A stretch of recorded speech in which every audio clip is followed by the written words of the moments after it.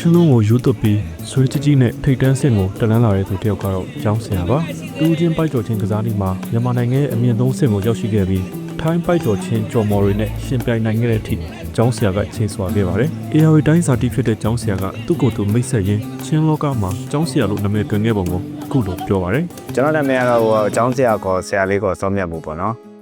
်ကျွန်တော်က AR တိုင်းလေးမျက်နှာမျိုးနဲ့ IW အုပ်စုပေါ့နော်ကျွေးရဝင်ကြေးရမှာမိုးခဲ့တာပေါ့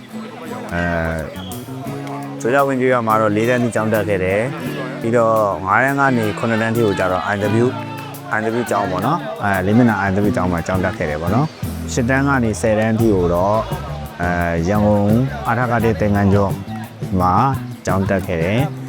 ပွဲကိုတော့ကျွန်တော်တကုံတက်ကနေပွဲယူခဲ့တယ်ပေါ့ကျောင်းဆရာဆိုတဲ့နာမည်ရဖို့ကတော့ကျွန်တော်ဒီကတော့ကျွန်တော်တုံလေးပွဲတစ်ပွဲသွားရတယ်ပေါ့နော်သွားတာအဲ့တော့ကျွန်တော်ဒီကျောင်းကိုကျွန်တော်သင်္ကန်းကျောင်းကကျွန်တော်ဦးလေးရှိမှကျွန်တော်စာသင်နေတဲ့ချိန်အားရရက်ကိုကျွန်တော်အားရတို့နဲ့လိုက်သွားတယ်ပေါ့နော်ဟိုရောက်တော့ကျွန်တော်အားရပဲစပြီးတော့စာသင်နေတဲ့ခါကျတော့ကျောင်းဆရာလို့ခေါ်တာပေါ့နော်ကျောင်းဆရာကျောင်းလို့ခေါ်ရင်လည်းနာမည်လေးအဲ့လိုမျိုးဖြစ်သွားတာပေါ့အရင်ချိန်တုန်းကကျောင်းဆရာဟာမိသားစုစာဝတ်နေရေးအတွက်ကျူရှင်တင်ရင်တစ်ဖက်မှာလည်းသူ့ဝါဒနာဖြစ်တဲ့ချင်းလုံးကိုအချိန်ပေးသိကျင်ခဲ့တာပါသူ့ရဲ့ဝါဒနာကြီးခဲ့ပုံတွေကိုကျောင်းဆရာကအခုလိုရှင်းပြပါတယ်ကျွန်တော်ကအခုလက်ရှိကတော့ကျွန်တော်စာမတင်တော့ဘူးပေါ့ကျွန်တော်စာတင်တဲ့ချိန်တွေကချိန်တုန်းကတော့ဆိုရင်မနက်9နာရီလောက်စာတင်ရမယ်ဆိုရင်ကျွန်တော်မနက်ဟိုပါပေါ့9နာရီခွဲ6နာရီလောက်ထားပြီးတော့ဟိုဒီမှာဆိုပွင့်မရှိဘူးငါကတော့ဆိုဒီနေရာဒီကျွန်တော်အိမ်နေရာဆိုတာမြေကြီးပေါ့နော်မိုးတွေပါရွာလာတော့ရှုံးနေကွက်တွေပဲရှိတယ်အဲ့ခါကျတော့ကျွန်တော်ဟိုဘက်အခုလက်ရှိတကုံစေးုံပုံစံမျိုးဖွင့်လာတဲ့စေးုံညာပေါ့နော်ကတော့ဈေးရုံဟောင်းကြီးပေါ့ဟိုဘက်ပင်လုံစေးုံပင်လုံစီးတီးပန်နာပေါ့နော်အဲ့မှာကျွန်တော်အဲ့နေရာမှာအလွတ်မှာကျင်းသွားတော့တယ်ကွန်ထရိုးကန်တယ်ငါကတော့ဆိုရင်2နာခွဲမှာမနက်စောကြီးထားပြီး2နာခွဲဒီဘက်ကလွတ်တဲ့နေရာတွေမှာပူဆယ်လက်ရှိကိုတော့ပူဆယ်ခွင်းဆောက်ထားတယ်ပေါ့ပူဆယ်ခွင်းဆောက်ထားတဲ့နေရာတွေမှာကျွန်တော်အမြင့်ချင်းတွေပါတော့တော့တယ်ညဘက်ဆိုလည်းအဲ့လိုမျိုးပေါ့ညဘက်ပြန်လာရင်ခါကြ9နာရီဆိုရင်ကျွန်တော်တင်တယ်7နာရီခွဲ9နာရီလောက်မှရောက်တယ်အဲ့ကဆိုရင်ကျွန်တော်ဒီအိမ်ပဲရောက်လို့ရှိရင်ဒီကျွန်တော်အိမ်ထဲမှာအောက်ထက်ပေါ့နော်အိမ်အောက်ထက်မှာဆိုရင်ကျွန်တော်စားပစ်ထိုးတယ်ပေါ့နော်စားပစ်ထိုးပြတယ်ကွန်ထရိုးကန်ပြတယ်အဲ့လိုမျိုးနဲ့ကျွန်တော်လောက်ခဲ့ရတယ်ပေါ့နော်အများကြီးပေါ့နော်တယောက်ကိုရှုံးသွားရင်ဒီတယောက်ကကျွန်တော်ဘယ်လိုနိုင်လဲပေါ့နော်အများကြီးအတွက်လိုအပ်ချက်တွေပေါ့အများကြီးကိုယ့်ဘက်ကိုပြန်သုံးသပ်ပြီးတော့ပြင်ဆင်ပြီးတော့စူးစမ်းခဲ့ရတယ်ပေါ့မခံကျင်တဲ့စိတ်နဲ့ပေါ့နော်မခံကျင်တဲ့စိတ်နဲ့ပြန်ချတယ်ရှုံးသွားရင်မခံကျင်တဲ့စိတ်နဲ့သူ့ကဘယ်လိုနိုင်အောင်လုပ်မလဲအဲ့ရနေမှာတဖြည်းဖြည်းနဲ့ဒီတဲကိုပို့ပြီးတော့နစ်ဝင်လာတာပေါ့နော်ဒီပိုက်တော်ရှင်လောကတွေကိုပို့ပြီးနစ်ဝင်သွားတယ်တော့ရှိတာပေါ့အများကြီးပေါ့ရှင်းသေးတယ်တို့ကဘဲဆိုရင်ဘဲမထွက်တာတွေရှိတယ်အဲ့လိုမျိုးအများကြီးပေါ့ရှင်းခန်းနေတဲ့တစ်ခါထွက်သွားတာတွေရှိတယ်အဲ့ခါကျတော့ကျွန်တော်အများကြီးလုပ်ခဲ့ရတာအများကြီးစားလာချင်းဆိုကျွန်တော်နေရန်နဲ့ကိုယ့်ဘက်ကိုလက်နဲ့ပေါက်တယ်ဘဲနဲ့ဖမ်းတယ်လက်နဲ့ပေါက်တယ်ဘဲနဲ့ဖမ်းတယ်အဲ့လိုမျိုးနဲ့ဘဲထွက်တွေပေါ့နော်ဘဲထွက်တွေကောင်းအောင်လုပ်ခဲ့ရတယ်ပြီးတော့မှနောက်တစ်ဆင့်ဘဲညင်အောင်ကျွန်တော်ဘဲအများကြီးတော့ခဲ့ရတယ်ဘဲအဲ့လိုမျိုးဟိုရာချီထောင်ချီပေါ့နော်အများကြီးအဲ့လိုမျိုးတော့ခဲ့ရတာတော့လေချက်ချင်းတော့မတက်လောက်ပေါ့နော်ဘယ်ခြေကုံဆိုလဲခြေကုံပေါ့ခြေကုံဆိုလဲခြေကုံပေါ့အဲ့လိုအများကြီးတော့ခဲ့ရတယ်တော့လို့ကိုတကယ်ပြန်ကစားတဲ့အချိန်မှာမကောင်းလို့စိတ်သက်ကြတဲ့အခါမျိုးရှိတယ်အဲ့ခါကျပြန်နားလိုက်တယ်နားပြီးတော့နောက်2ရက်3ရက်ကျပြန်ကစားတယ်အဲ့လိုမျိုးနဲ့ဟိုတစ်စင်းနဲ့တက်သွားတာပေါ့ကျောင်းဆရာဟာခုလိုအဆင့်ကိုရောက်လာဖို့အတွက်ရေးပါတဲ့အချက်ကတော့သူ့ရဲ့ခံယူချက်ကြောင့်လို့ဆိုပါတယ်သူ့ရဲ့ခံယူချက်အကြောင်းကိုကျောင်းဆရာကအခုလိုပြောပါတယ်ငါဒီလောကမှာရက်တည်နေငါဒီလောကမှာအကောင်းဆုံးဖြစ်ရမယ်ဆိုတော့ခံယူချက်ပေါ့နော်ကျွန်တော်တို့တယောက်ချင်းအားတန်တယ်အဲ့တော့တယောက်ချင်းလောကမှာကျွန်တော်အကောင်းဆုံးဖြစ်အောင်လုပ်မယ်နောက်ဆုံးလက်ရှိဒီမှာကျွန်တော်မခတ်တော့ဘူးဆိုရင်ကျွန်တော်တခြားနိုင်ငံနဲ့ခတ်ပဲအဲ့လိုမျိုးနဲ့ကျွန်တော်ခံယူချက်ပေါ့ခံယူချက်တစ်ခုနဲ့ကျွန်တော်စူးစမ်းခဲ့တာပေါ့နော်တဖြည်းဖြည်းတော့ပြောရမယ်ဆိုအရာတင်လာခဲ့တာပေါ့တူချင်းပိုက်ကျော်ချင်းကစားနည်းမှာထိတ်တန်းကစားသမားဖြစ်ဖို့အတွက်ကျောင်းဆရာကြော်ဖြတ်ခဲ့ရတဲ့လမ်းဟာရှည်လျားပြီးခက်ခဲပါတယ်သူဟာစပရင်ကစပြီးကြက်ပေါက်တော်စင်ကပ်ဘလူးဘိုသိန်းဟန်တာထင်းချောင်းကလေးလေးဂျွန်ကိုကျော်မျိုးအောင်စတဲ့ချင်းကျော်မော်တွေကိုသူတပြန်ကိုတပြန်ရင်ဆိုင်ကစားရင်းကနေတူချင်းပိုက်ကျော်ချင်းကစားနည်းမှာအမြင့်ဆုံးအဆင့်ကိုရောက်ရှိခဲ့တာပါဂျွန်မျိုးအောင်လည်းကြတော့ပထမကတော့ဟိုဘယ်လိုပြောရမလဲသူကချုပ်ပိတ်နဲ့ သူချုပ်ပိတ်နဲ့ကျွန်တော်ဆက်တယ်ကျွန်တော်ကအဲ့တော့ဖွားပဲထုတ်တတ်သေးတာဖွားပဲထုတ်တတ်သေးတော့ချုပ်ပိတ်အမှခတ်လိုက်တယ်ကြတော့အမှကျွန်တော်နိုင်သွားတယ်ကျွန်တော်နိုင်သွားတယ်ချုပ်ပိတ်တွေချုပ်ပွင့်တယ်ပဲဆိုတယ်ချုပ်ပွင့်မှာကျွန်တော် result ရှုံးတယ်ချုပ်ပိတ်မှာကျွန်တော်နိုင်ပြီအဲ့လိုနဲ့training ပြန်လုပ်တယ်ပေါ့နော်တရက်တော့ကျွန်တော်ကိုဦးပွင့်မှာပေါ့နော်ကျွန်တော်နှစ်3တက်လားနှစ်တက်လားမသိဘူးခတ်တယ်ဟိုဘက်ကကျွန်တော်ပွင့်မှာတိုးတာဘုံမှာတိုးတော့သူ့ပွင့်မှာစူးတယ်ဗျနည်းနည်းစူးတော့သူ့လိုမျိုးကထိုးနိုင်ပေါ့နော်ငါတစ်ပတ်လူကိုလေကားနိုင်မယ်ပေါ့နော်အဲ့လိုမျိုးထင်သွားတော့အားနဲ့ကိုယ့်ဘက်ကိုအိမ်ပြန်ရောက်တော့ကိုယ့်ဘက်ကို training ပြန်လုပ်တယ်ဒီနေ့ဆိုရင်ကိုမလုံး100နေထိုးပြတယ်ပေါ့အဲ့လိုမျိုးကွင်းထဲမှာဆိုလဲထိုးပြတယ်အဲ့တော့ကွင်းချင်းကွင်းမှာအဲ့လိုမထိုးပြဘူးဘာလို့လဲဆိုတော့ချိန်တိတ်မရှိဘူးပေါ့နော်အိမ်မှာပဲ training လုပ်ဖြစ်တယ်အဲ့နဲ့ဂျုံညော့နဲ့ချရတယ်ပေါ့ဗျာပေါ့၄000ခန့်ကွင်းမှာ၄000ခန့်9ကွင်းမှာအဲ့လိုတူးကြိုက်ပဲကိုကြိုက်ပဲရိုးရိုးပဲအဲ့လိုမျိုးတွေချတာအဲ့တော့ကျွန်တော်ကပြန်มาလဲဆိုတော့မှာပေါ့နော်အဲ့9ကွင်းမှာဒုတိယတစ်ကြောပထမတစ်ကြောတွေ့တဲ့အချိန်မှာကျွန်တော် reserve ရှုံးသွားတယ်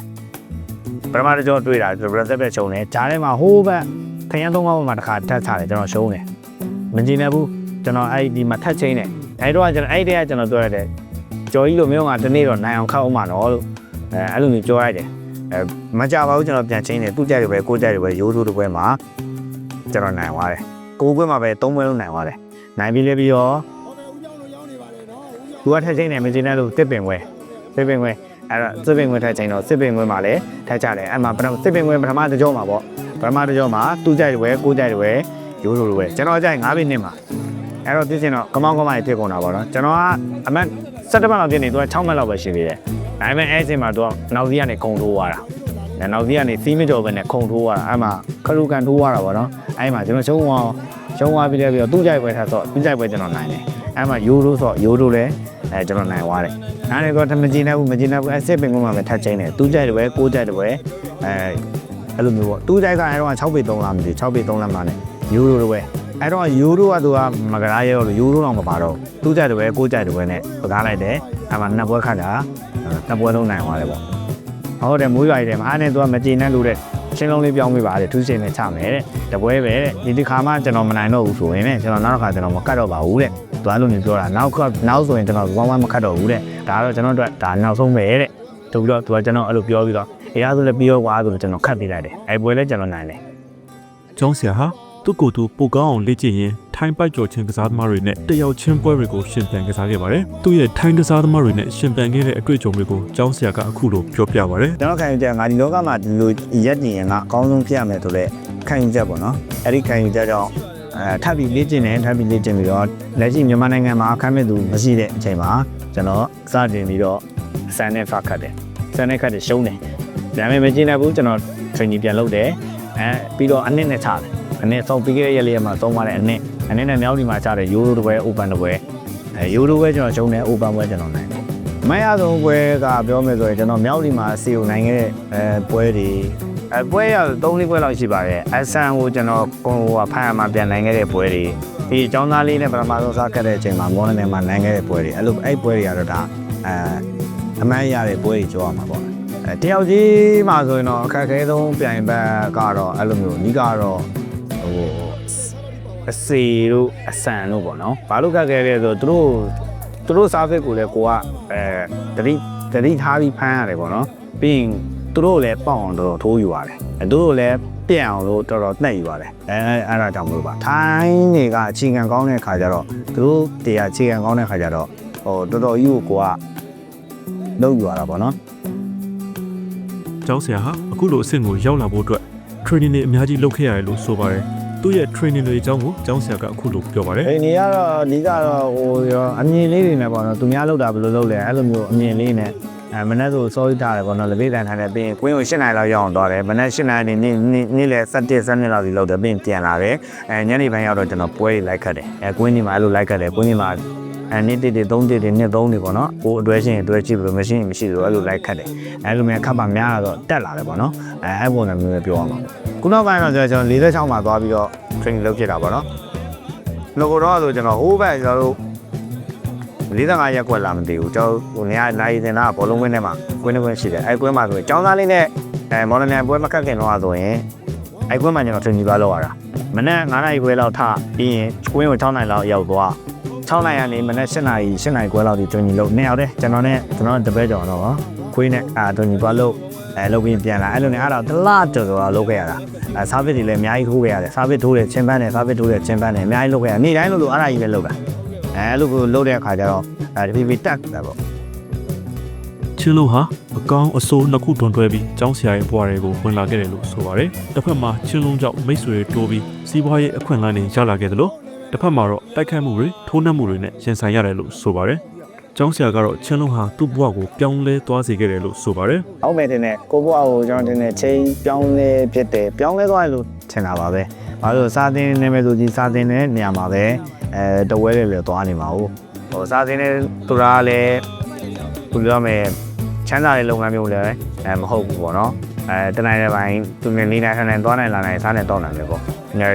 ဒီဘက်လောကရဲ့အပြင်လောကရဲ့ရောက်လာတဲ့ခါကျတော့ပတိလေးဖြစ်သွားနိုင်တော့ခွေးလေးဖြစ်သွားနိုင်တယ်ပေါ့နော်အဲ့လိုမျိုးခါရောတပြောလွတ်လပ်သွားတာပေါ့ကျွန်တော်ရဲ့ပုံစံငကိုပုံစံတွေကလွတ်လပ်တဲ့ပုံစံကိုကြိုက်တာပေါ့အဲ့ဒါကြတော့ပြောရမယ်ဆိုလွတ်လပ်နဲ့စိတ်ချမ်းသာတာဖြစ်ပါတယ်တော့လက်ရှိမှာတော့ကျောင်းဆရာဟာအပြင်စီးပွားရေးအနေနဲ့အားကစားပစ္စည်းဆိုင်လေးဖွင့်လာပါတယ်။သူ့ဆိုင်မှာချင်းလုံးနဲ့ပတ်သက်တဲ့အားကစားပစ္စည်းတွေရောင်းချနေပါတယ်။သူ့ရဲ့အနာဂတ်နဲ့ပတ်သက်ပြီးတော့ကျောင်းဆရာကအခုလိုပြောပါတယ်။ကျွန်တော်ခန့်နိုင်တော့ပြီးတော့ခန့်အောင်ပါကျွန်တော်နည်းနည်း40လောက်ထိညာရောက်မလားမသိဘူး။ဘာလို့လဲဆိုတော့ကျွန်တော်ရဲ့ training အားနဲ့ဘူးသာကောင်းနေမယ်ဆိုရင်ပေါ့။ training အားနဲ့ဆိုရင်40လောက်ထိခန့်မယ်။ပြီးရရှင်တော့နားယူမယ်ပေါ့။နားရင်တော့တင်တန်းလေးတွေခွင့်မယ်ပေါ့။